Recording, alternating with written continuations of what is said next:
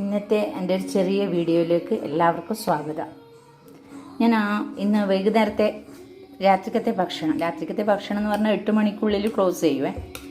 എപ്പോഴും അരിയാഹാരം കൊടുക്കാറില്ല. അല്ലെങ്കിൽ ചോളത്തിൻ്റെ പൊടി കാച്ചിയിട്ട്, അല്ലെങ്കിൽ ഉപ്പുമാവ്, പിന്നെ റാഗിപ്പൊടി കൊണ്ട് പുട്ട്, ഇങ്ങനെയൊക്കെ ആയിരുന്നു. ഇന്നലെയും ഇന്നുമായിട്ട് ഞാനൊരു വെറൈറ്റി.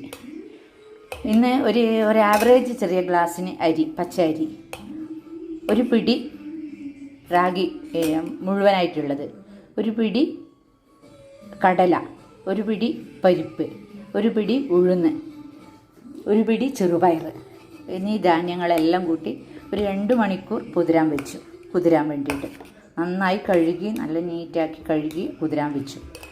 അതിനുശേഷം ഒരു 2.5-3 മണിക്കൂർ കഴിഞ്ഞതിന് ശേഷം ഞാൻ അരച്ച് കഴിഞ്ഞ് ഉപ്പ് ഇട്ടിട്ട് അരച്ച്, അതിൽ അരക്കുന്ന സമയത്ത് തന്നെ നല്ലവണ്ണം അരച്ച് കഴിഞ്ഞതിന് ശേഷം ഒരു സ്പൂണ് ചോളത്തിൻ്റെ പൊടി ഞാൻ ചേർത്തിരുന്നു. അതിനൊരു ചുവയൊന്നുമില്ല, നല്ല ടേസ്റ്റ് ഉണ്ട്. ഇന്നലെ ഞാൻ കടല ചേർക്കാതെ അരച്ചു, അപ്പോൾ അതെല്ലാവർക്കും ഇഷ്ടപ്പെട്ടു.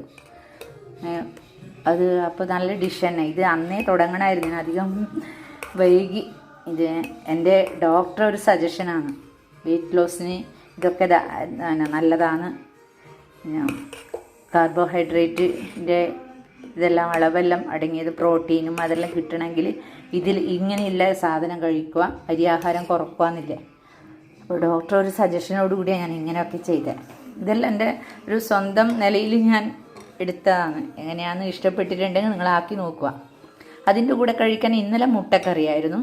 ഇന്ന് ഞാൻ തേങ്ങ ഒരു പിടി, ഒരു മുറി തേങ്ങേൻ്റെ ഒരു ഭാഗം മുഴുവനായിട്ടില്ല, ആ തേങ്ങ, ഒരു 4-5 കറിവേപ്പില, അതിൻ്റെ കൂടെ ഒരു 4 അണ്ടിപ്പരിപ്പ്, ഒരു 10 നിലക്കടല, ഇതൊക്കെ നുള്ളു പുളി ഉപ്പും കൂടി ചേർത്ത് നന്നായി അരച്ചെടുക്കുക. ഈ പാകത്തിലെ വെള്ളത്തിൽ അരച്ചു. അതിനുശേഷം കടുക് താളിക്കാൻ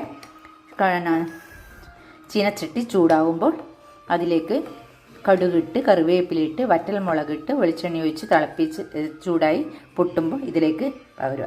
നല്ല സൂപ്പർ കറി. ഇത് നല്ല കോമ്പിനേഷനാണ്. ഇത് ബാക്കിയുള്ളത് നമുക്ക് ഫ്രിഡ്ജിലേക്ക് വെച്ചാലും നല്ലതാണ്.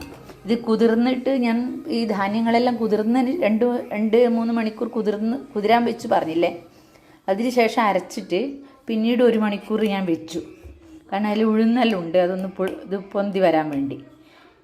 അതിനുശേഷം ഞാൻ ഫ്രിഡ്ജിലേക്ക് കയറ്റി വെച്ചിരുന്നു. ഞാൻ നേരത്തെ പണിയൊരുക്കുന്ന ആളാണ്. എല്ലാം രാവിലെ